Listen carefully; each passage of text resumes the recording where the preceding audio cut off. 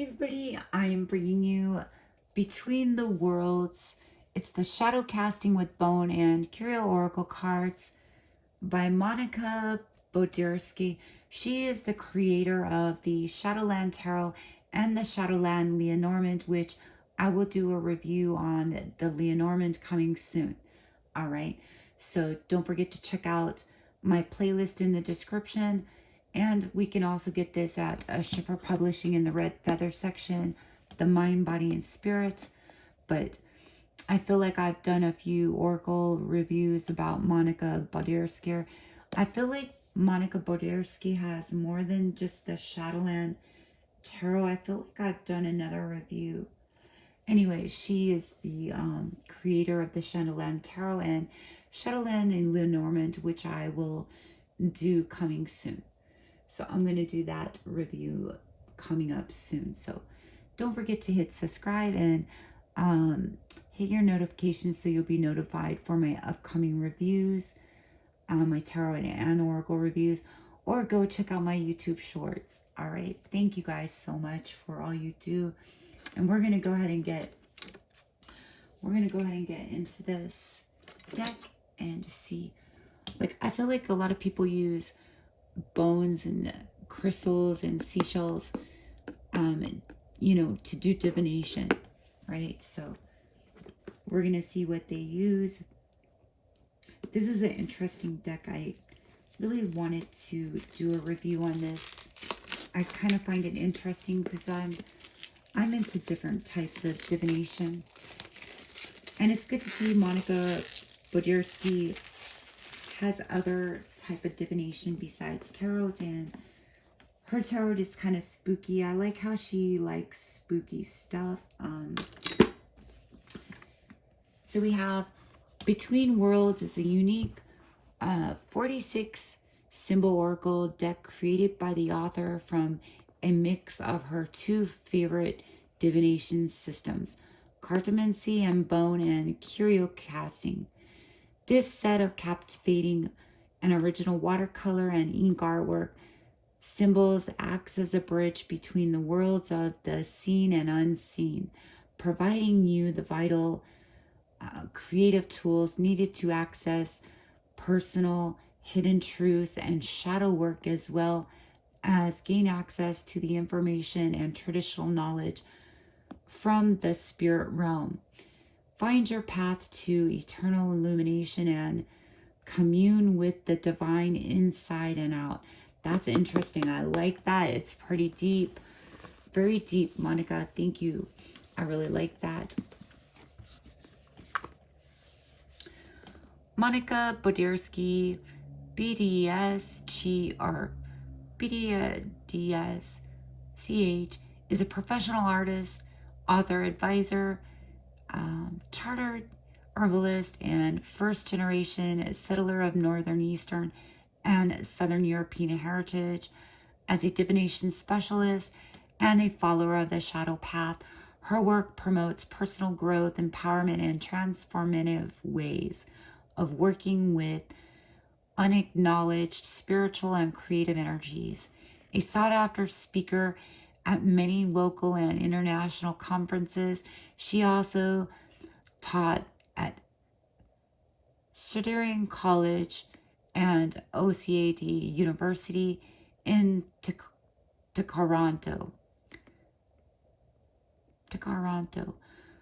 When not writing or creating tools for spiritual and creative guidance, she works with magical herbs and mentors a local coven. She is also the founder and programmer of the Witch Fest North Arts and Culture Festival, and is the co-founder of IMMA International Museum of Mystical Arts Online. That is interesting. So she is pretty deep when it comes to divination. I'm glad I got this. And it looks like the cards are tiny, so interesting. But I do like the card stock. They're not shiny. Let me just take the belt off the cards. I do like how it has keys on the back. It's kind of shadowy. I don't know. Maybe she did this on purpose. I mean, it could have been clearer, but I feel like that's just how she wanted it to look watercolory. Nice magnet box. Let's take a look at the guidebook. The guidebook is in color, and I feel like this is a good study book to really get deep in with this divination system. Shadow casting with bone and curio oracle cards. I really love this. The wishbone, we have the wish, we have the fulfillment, longing, and it's number 8. Interesting. I really like this. We're going to go ahead and take a look. We have the raven, the car. I liked how she mixed the Lenormand with other stuff. We have the doll's arm. Number 3. Number 4, we have the doll's head, the doll's leg, the ring. They're a little thick. The ring is number 6. We have the skull is number 7. Number 8 is the wishbone. Number 9 is the key. 10 is the cat. 11 is the thimble. 12 is the compass. I like this. I like compasses. 13 is oak wood. 14 is fulgurite. I wonder if that's that pink and black crystal. Turtle, we have turtle.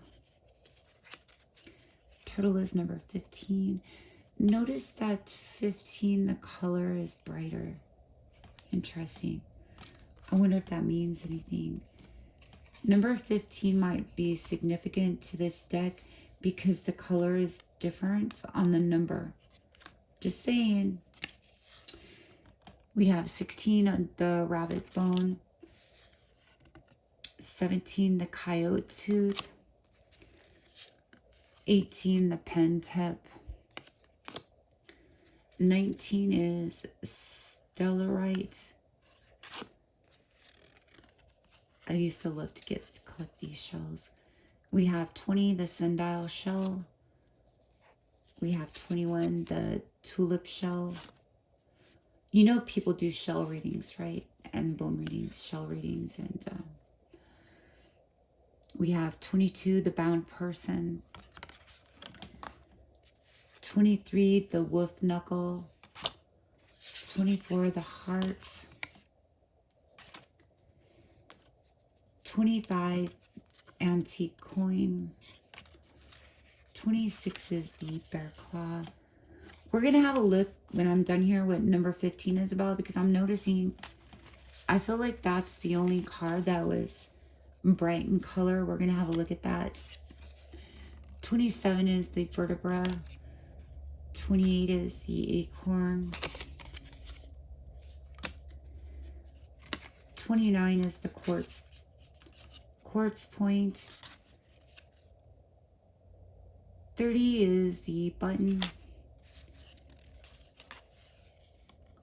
31 is the amber necklace.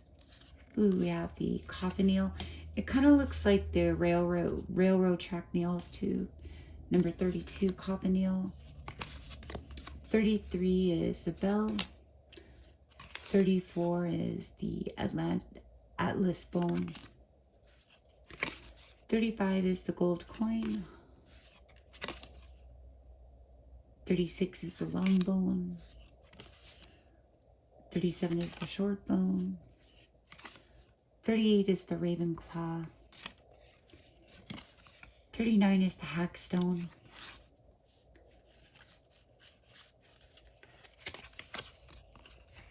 40 is the horseshoe.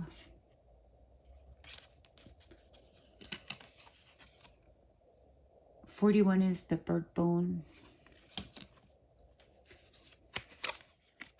42 is the jawbone. 43 is the cat bone. 44 is the devil head. What? 44 is a double head. 45 is the ladder. And 46 is the beaver tooth. Now, we're going to have a look at number 15 because number 15 is different in color. We're going to see why. Why is 15 different? I feel like this is a special message. It's the turtle, Henry. Come on, join us for dinner and drinks. Try to be social. Henry smiled and then declined politely.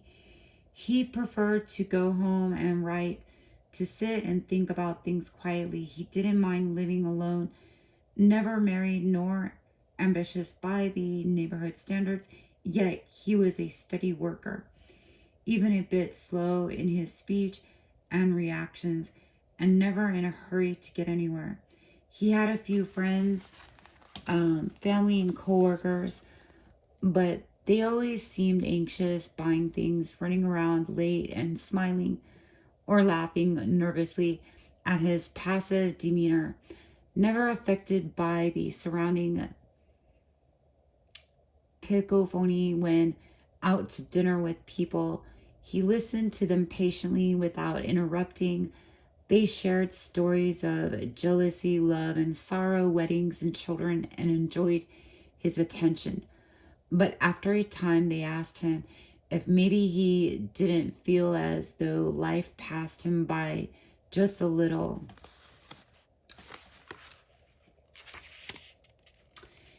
Interesting. He was too polite. They weren't living a life wished to pursue. They were too judgmental and confrontist to understand his way. He was empathetic and never saw himself as better, just different in his eyes. They were running madly and headlong through a prescribed list of sanctions, accomplishments, school, career, marriage, children, homes, cars, pets, vacations, cottages, and the average North American middle class ideals of success seemed to go on and on. His family tried to be nice. At 40, Henry was living a life the way it would be, as he was content, yet every now and then his brother would interject. What do you do in your spare time? Don't you get lonely? Henry smiled and said the same thing each time. I take my time and move steadily through all the things I want to do and see. I actually have a list and I'm accomplishing all the things, one at a time. Even if my list looks quite different from yours, I'm happy and my life doesn't feel slow to me, just deliberate. By the way, you all seem a little lost to me. Wow. This sounds so much like me. I really like this message. We have the item sometimes in the era of the 1980s. I had friends who went to Mexico and gave me a carved adventure turtle set with one larger turtle and a few small turtles around the edges. I still have a couple of the pieces, but some have been gifted or gone missing during the last move. The message is conflating speed with judgments of good or bad is not only inaccurate, it can be damaging. This is right. I like this. The advice is upright. Keep moving the way you are moving. It may be a little slow, but it is the speed you require right now to feel safe and protected. You have your home with whatever you go and are comfortable in a variety of situations. This may not be the pace you wish to keep, but it is steady and it is time to profound of yourself, or time to be proud of yourself, not to engage in negative self-talk for being deliberate. Circumstances are not necessarily in your control, so don't let agonizingly slow procedures or people stress you. This will all work out to your benefit. You are being asked to recall how tortoises win races, right? A slow and steady wins the race, right? being calm and steady in your actions gives you the time to thoroughly access and differentiate between your wants and needs. Another person's impatience with your pace is not your issue. I like this. I feel like this was a special message for everybody from the author, number 15, because this card is colored differently. As you see, they all have darker colors. Number 15, I feel like, is a special message to everybody. All right, slow and steady wins the race. I like being alone so I can get my own things done. Being alone instead of being out. You know, being alone and being home, being protected. I like this. Interesting, Monica. I like that. My sister's name is Monica. Anyways, I hope you guys like this. Don't forget to subscribe and hit your notifications so you'll be notified for my upcoming content. This is a beautiful deck. I'm really into deeper types of divination. This is interesting. I really like this. Thank you, Monica. And I hope all you guys are doing well. Thank you guys for all you do. I love you guys. Thank you for your support. Bye-bye.